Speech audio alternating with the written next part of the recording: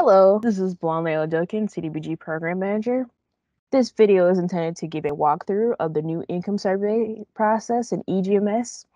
This is a complement to the eGMS technical guide. It is not meant to be a comprehensive training on the entire income survey process. I'm the primary reviewer for income survey requests. Once a request is approved by me, we'll then be permitted to conduct an actual survey. All other data will be reviewed collaboratively between grant services and myself. I am joined by my colleague Matt Wakefield. He's the systems administrator. He'll be providing the walkthrough. However, any questions on this subject should be directed towards me. Thank you, Blonde. So I am Matt Wakefield, TDBG Program Manager and Salesforce System Administrator here with Okra. And I am happy to go through our new eGMS income survey process with you all. As Blonde mentioned, this will just be a walkthrough of the process and won't be a technical guide on how to conduct income surveys. This is a complement to the new eGMS technical guide that we have issued at this point. And both of these may be subject to change at any point in time. So please check with us to make sure if you feel that this is out of date. With that said, this training will go over kind of the steps of the income survey process as well as the eGMS screen that you will see in the portal as a certified grant administrator. Only certified grant administrators are allowed to submit income surveys for approval, and we'll walk through what that process looks like. The first step is submitting the request to conduct an income survey. Once that is approved, you'll then be in what we call the pre-income survey data. So this is before you have started your income survey. This is you'll submit the data portion of how many people you will be surveying, an estimated number of houses that you'll reach out to, and then we will approve that on our end from Okra, as well as the income limits that you will be selecting or that you will be including on that survey form. Once that is approved, you'll then start and conduct your income survey. And once you have completed that income survey process, hopefully with a low to moderate income score above what you're looking for of 51%, you will then submit that for approval. And we will review that data and approve it. Once that is approved, you will then be able to add it to either a planning or construction grant application within our eGMS CDBG applications. So this is your home screen. It should look pretty familiar to you. If you are not able to get there, you can click home at any time. You'll notice on top of your account details, there is now an income surveys tab at the top of the screen. When you click this, you'll be able to see income surveys in any stage already in progress. However, you will not be able to create new income surveys from this tab. In order to create new income surveys, you're going to need to scroll down to the bottom path where you would apply for the grants, and you'll need to fill out this information to conduct a new income survey. We ask for relatively simple information at this point. You're going to search for your community. We're going to use the town of Colette as our test community, but you should be able to search for any client or community within our eGMS system. If you're not able to find anything or the community that you are looking for, please reach out to your community liaison in which that community should reside. They are responsible for managing those communities and ensuring that they are properly in our system. So in this case, you see that it changes as we go. So then we're able to find the town of Colette, and it should be listed in Colette, town of, or Colette, city of, or Colette County. For the geography type, this is based on the HUD mapping tool. You'll notice that there are 4 different types of geographies that are available to you. Place, which are city or town boundaries and are outlined in red on the mapping tool. The census block groups, which are in black.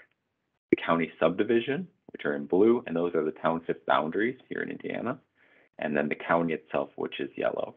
So you'll need to select one of these boundaries in which you have utilized, in which the community or the service area fits inside of the entire service area must fit inside one of these categories from these groups blocked or combined together. So for this example, we're going to use city or place. And then in this case, you're going to list the units of geography.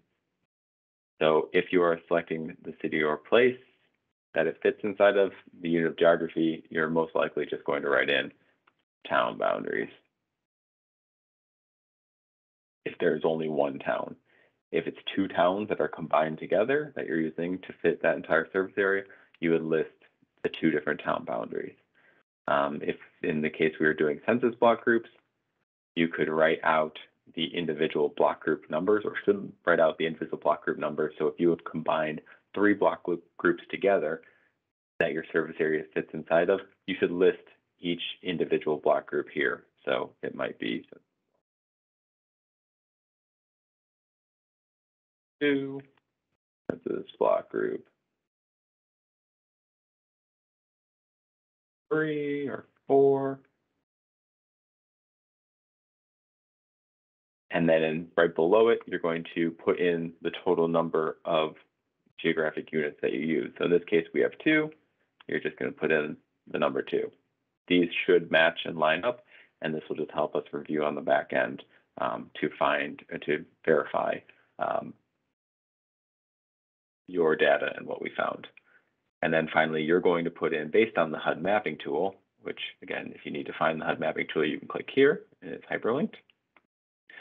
Based on the HUD mapping tool, you've combined these 2 block groups together. They fit the entire service area, and then you've done the calculations, found that the percent of low mod moderate income residents within those 2 boundaries combined is less than 51%. So you're going to put what that is to the nearest hundredth or 2 decimal places.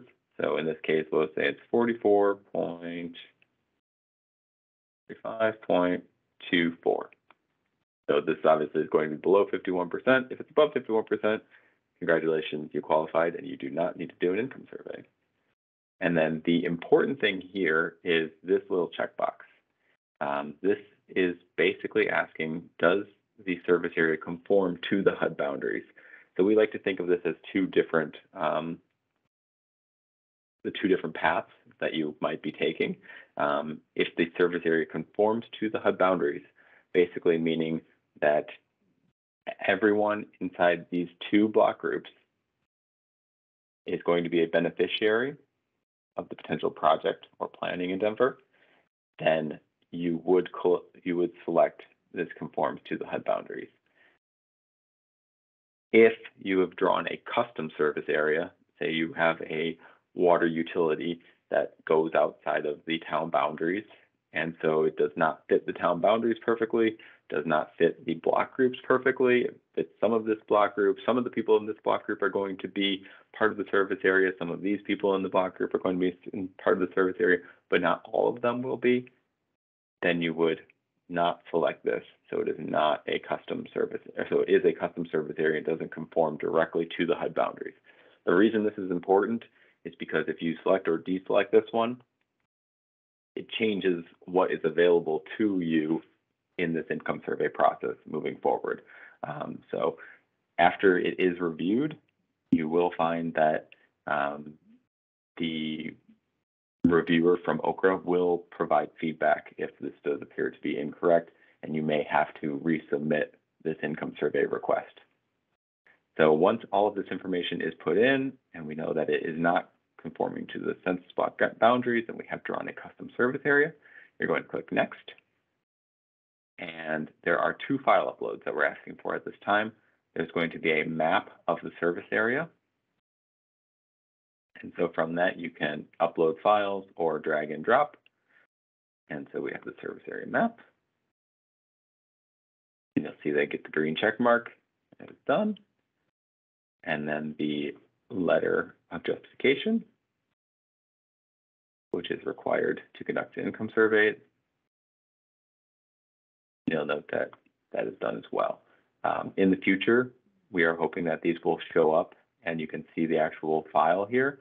But in the meantime, Just know that you will need to complete both of these. If you do not, your request will be rejected. And then you hit the submit button. And you will receive an email. You should expect a response from Okra within 10 business days with a decision. And then if you wanted to conduct more income surveys, this is available to you, but just note that once this is done, you have to hit finish, you have created a new income survey request. To find that request, you can go to the income surveys. You'll need to go to the My Income Surveys drop down or list view, which is really your only option here outside of recently viewed. And you'll see that there is a status. I have a number here for this demonstration, but the recent one that we created is the town of Colette, and it is in the request submitted for review, meaning that Okra has received it and is reviewing it. You can go into it and see what you have requested, as well as the files of what you have uploaded. Those are accessible to you as well. And then you can see that history timeline.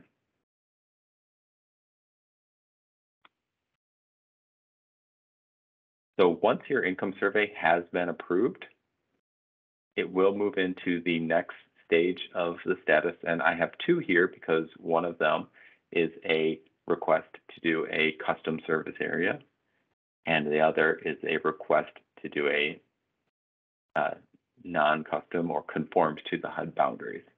So the first one that we're going to look at is a request. And it's loading up here. There we go.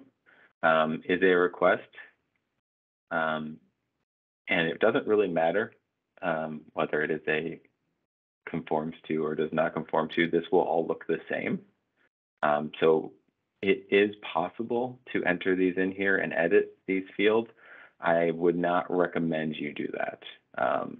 In this case, the best thing that you do through this process is to use the update record button, and that will automatically guide you through the process of what you need to enter.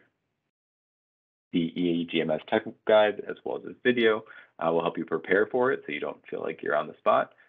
But basically what you're going to need to answer is the population of the service area. So this is, you should know the population based on, so this is one in which it conforms to that HUD boundary. So you already know the population of your service area because it is going to be that census data. So we're going to say the town of Colette has 300 people in it. They are all in that service area because it conforms to those HUD boundaries. And then this is from your master list. So this is how you know how many households are inside your service area. This is the houses you're going to reach out to. And we'll say for this purpose, there are 50 households that the entire service area population lives within or resides in. So hit next. And then this just gives you the number that you're going to put into that SurveyMonkey calculator. So we know it's 300 because there are 300 people within the service area. So from here, you can click on the SurveyMonkey calculator and enter that data. So we know the population is 300. The confidence level is going to always stay at 95. And then the margin of error, depending on where you are, what geography you are using. For this case, we would look up the place margin of errors that are published on the Okra website. If you're using, the other option would be to use the census block group margin of errors and how to find those. Those are going to be within the HUD mapping tool, and consult the other training for using that process. So in this case, we're going to say it's 10, most likely is the largest one that is available. You'll never have anything over 10. And this is going to give you the number of people in which you need to survey. So remember this number, and you'll need to take a screenshot still of this so we can see the population you entered as well as the margin of error and check that on the back end. So you take a screenshot of this and remember that 73 number. So when you go to next, It's going to ask you for the number of people to survey based on that SurveyMonkey calculator. We know that it is 73, and then you're going to upload that screenshot of the SurveyMonkey results that you've saved to your computer. And then click Next. And then if you need to use the CDBG resources page, you're going to use the published income survey or the income limits for the county or metro statistical area that you will be using for your income survey. The important thing to remember about this is depending on when you start your income survey, you need to use the correct published dates for when you will start the income survey. So if the dates change in June or July and you are working on this and you are not going to get the income survey started before those new dates go into effect, you'll need to use the dates and the limits from the newest dates. If you know that you're going to start your income survey before those new income limits go into effect, you would then use the old ones for this. So in this case, we're going to pretend that the town of Colette is in Henry County, and then you're going to fill in the income limits for each one. I'm going to use some placeholder data for the sake of time. Obviously, this is not checking to make sure that any of these are correct. So you'll need to put these in here, and then a member of our grant services team will review these and ensure that these do line up. The reason for this is then that we can ensure that when you do conduct that income survey, that you will not be using the incorrect income limits, and that way we can ensure that income survey will be valid once you do start it. So this is just a way that we can ensure that the income survey is certified by OCRA before you start that process. So you'll see that those uploads are here and filled in, and then you'll see because it conforms to the boundary that this is all filled in. It gives you the estimated number of households in which you would need to survey. So in theory, if you went to 12 households, you would get a response for that 73 number. But that said, it isn't a guarantee. You're still going to want to use and calculate some remainders, but this is just to guide you on that process. The important number is that 73 number, which you will need to meet in order to have a valid income survey. Once everything has been filled out, meets everything, ensure that you have all the files, you will submit it for approval. You can type in anything here, but and explain it. This might be something to explain if you are on that borderline of those dates, meaning we know the income limits are going to change, but we're not going to start until July. Here's why we used the newest dates. Or if approved, we're going to start immediately. That's why we've used the older dates.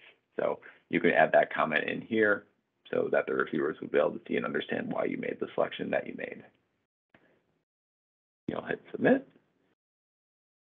And you should also receive an email noting that it was submitted. And you can expect in 10 business days, you'll receive a response from OCRA.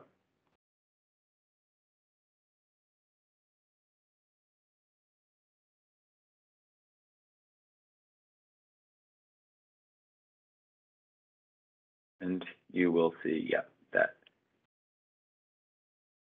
prior to it being accepted, you still will have access to all of these fields and everything that you put in here.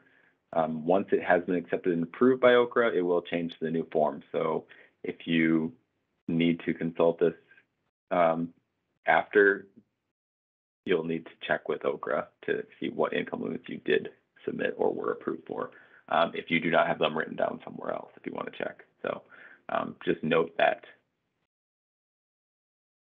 And so then you'll see that the status has been approved to pre-income survey. Data has been submitted for review, and OCRA will be looking at it. So that is if it is a service area that conforms to the HUD boundaries. If it is a service area that does not conform to HUD's boundaries, a custom service area, you're going to see that it looks pretty much like the same process, but when you do click that update record, it's going to send you through a little bit of a different screen flow. So in this case, you're going to know the number of households in your service area because this is your master list that you're going off of. This is the number of households that you need to survey, or this is the total number of households that are in the service area that you will be randomizing to survey. So in this case, we'll say that there are 50 households in the service area, but because it doesn't conform directly to those HUD boundaries, we don't know how many people are actually inside or an estimate of the number of people that are actually inside this surface area. So to do that, you're going to walk through using our income survey process. You're going to include the total number of houses inside that larger geography.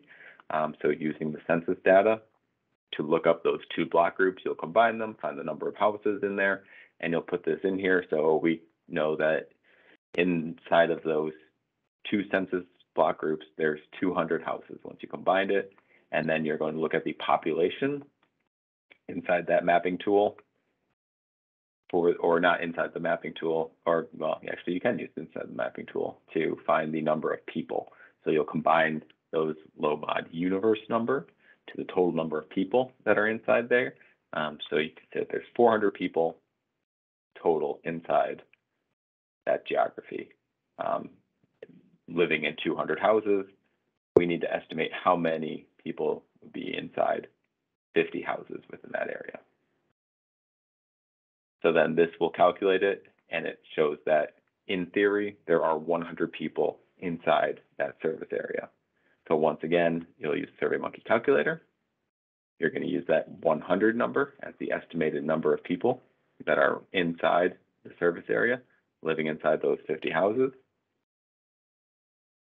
And you'll take, in this case, because it's the block groups, you're going to take the margin of error of the block group with the largest population, and we'll just say it's 10 in this case. And so in this case, you would need to sample 50 people of those 100. So you're going to take a screenshot of this once again, and then you're going to enter in this information in the next screen. So the final number of people, it was 50 that you'll need to survey. You'll once again upload that screenshot, and you can drag or drop it, or download it again. And you're once again going to enter your income limits for the community that you are going to be surveying.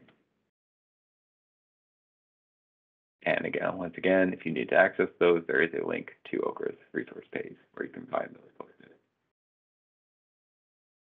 You'll click next, and you'll see that this has been populated with that custom service area. It gives you the estimated number of households you would need to survey in order to reach that final number of 50 people to survey as the total calculation. So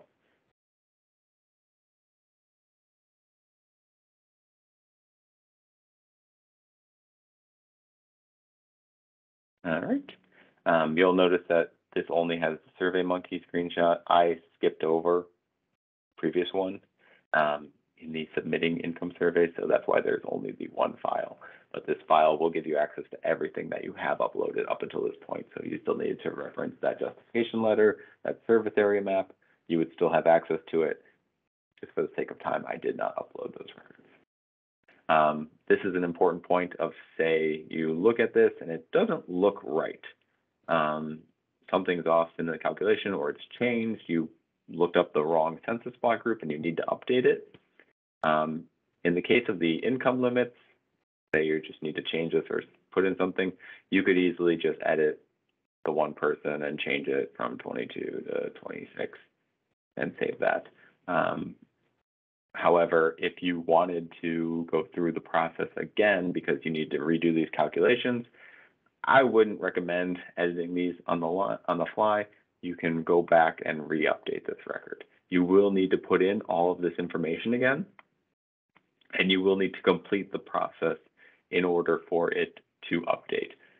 So even if you just went through 450, and say the house's calculation was wrong, it's actually 500 and 200. You could go to next, find that new number. Until you go through the entire process, it will not update the record. So if you X out of it, it will still maintain what was there. So you will need to complete the entire process to recalculate, including filling out the income limits again.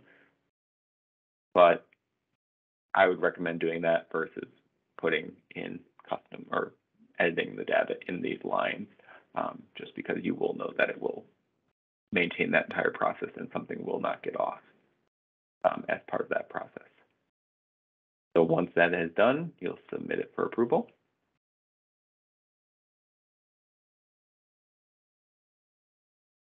And again, you'll have this total list of everything you've put into this point, and hopefully you'll receive approval from OCRA. All right, so now you have been approved to conduct that income survey. Your income survey data has been approved as well. So your new status will be income survey in progress, essentially meaning you have started the income survey, you're collecting the data, you're getting responses back. Once you are ready to get that income survey submitted with all the data, you're going to go into you're going to re-go back into your income survey. And your screen should look something like this. And once again, this is going to be really just the same exact process that you've gone through. You're just going to be entering this into GMS. You can go through this process again, where you enter it in manually. In this case, it does not really matter if you wanted to do it that way. However, we do really recommend you do hit the update record button. So in this case, when you do update that record, it will ask you when you started your income survey, on what date, and this is the date of first contact, when you reached out to that first person, mailed the letters, knocked on that first door. So this day we can say it was on May 2nd, and then you finished the income survey on the 23rd. So you received your last letter, and that was the end date.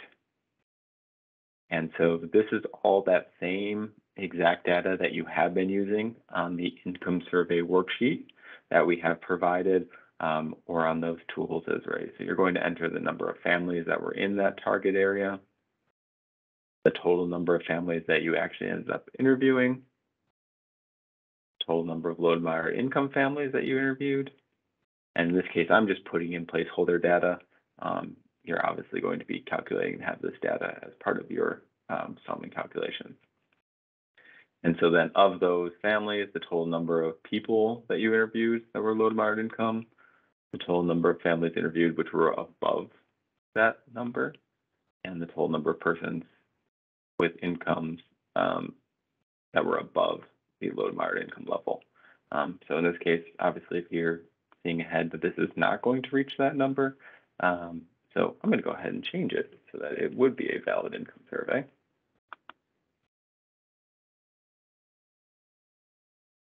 So then you'll hit next, and then this is where you're going to enter all of the things that you would do after. So this is your description of your service area, the description of your population list. This is everything that you're doing when you're submitting these income surveys.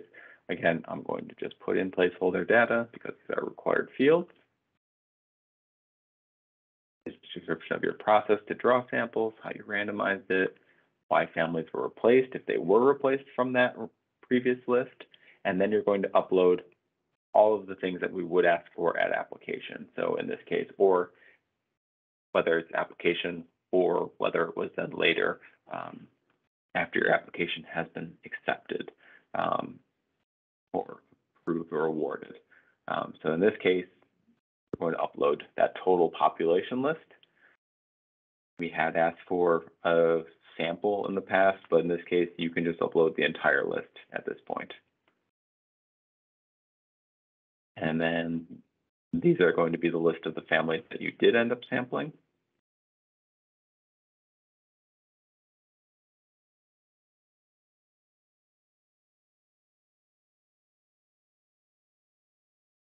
The list of families.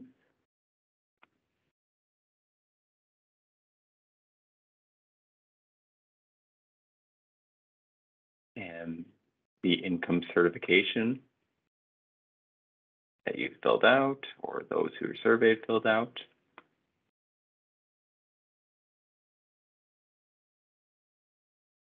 And then your survey responses.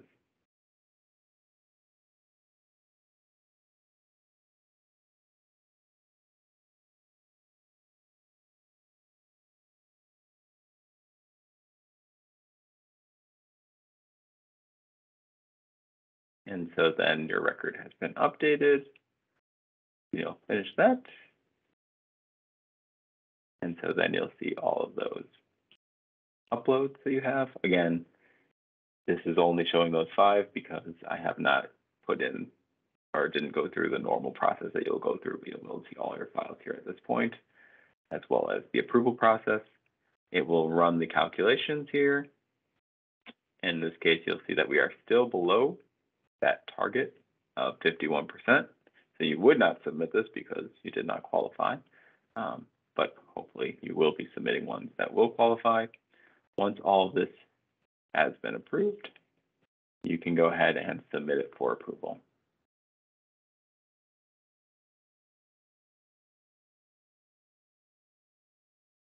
So in this case, and it will be reviewed within that 10 days, with this process and the pre-income survey data, where you're entering in those pieces of data, you may have made a mistake or something doesn't look right from OCRA. One of the options for them is to recall the record, which means that it will send it back to you to fix or update some of the data. So in that case, you will not be denied outright, but you will need to fix or readjust that. You will receive an email if one of your records has been recalled. However, OCRA should also be reaching out with either a phone call or email to explain why they have recalled that record and what they're looking to see updated.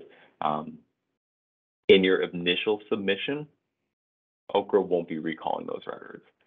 If you've submitted an income survey data, a service area and a justification letter, and something does not look right or the wrong block groups were used, they will just deny it and have you fill out a new income survey request for that process.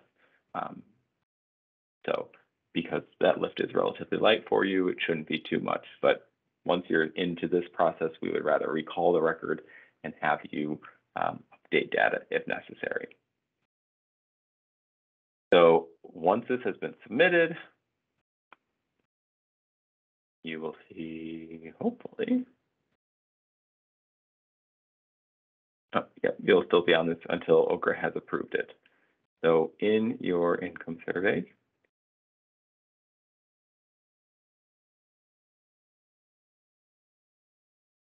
you'll have one that is now submitted for review. So your income survey results have been submitted for review. In this case, that income survey has been approved by OCRA on the back end, and the status has changed to income survey approved. And you'll notice that we didn't talk about these 2 columns that you're seeing here, but this one is based on the date in which OCRA approves your request to conduct an income survey. That very first request you're doing, once that has approved, OCRA will create a 3-month, 90-day timeline that gives you an idea of when that income survey request needs to be submitted with all of its data. So the income survey needs to be finished and submitted by this deadline. If there is a reason why you will not meet this deadline, please reach out to OCRA and let them know there has been some sort of issue with the income survey process and you need an extension. So you will need to request an extension and have a reason why you would need an extension to go beyond that timeline. Once your income survey has been approved, you will be given a validity ending date. So essentially how long this income survey is valid for. And so this is good for the 5 years from the date in which your first contact was made. So you started the income survey on May 2nd. And so it's 5 years from that date in which that income survey is valid at this time. That is our current policy. So And as long as it is before this date and it is the status of income survey approved, you will be able to now select this income survey in any of our CDBG applications through our GMS system. This process does not need to be updated for older income surveys that are still valid and approved. Those can be added in our eGMS system application. That process won't be going away as part of it. However, new income surveys will need to be updated as part of this process. So that concludes our walkthrough and training for today. I appreciate you joining me through this process. Again, if you do have questions about income surveys, the income survey process, please reach out to Blonley on our team. If you have questions about this eGMS process, Salesforce in general, issues that you're experiencing going through this process, ideas or updates that we could make, please reach out to myself. And we're always looking for ways to improve the process. We're hoping that this makes the income survey process much easier for you and much easier to keep track of all of your surveys. Thank you very much and have a good day.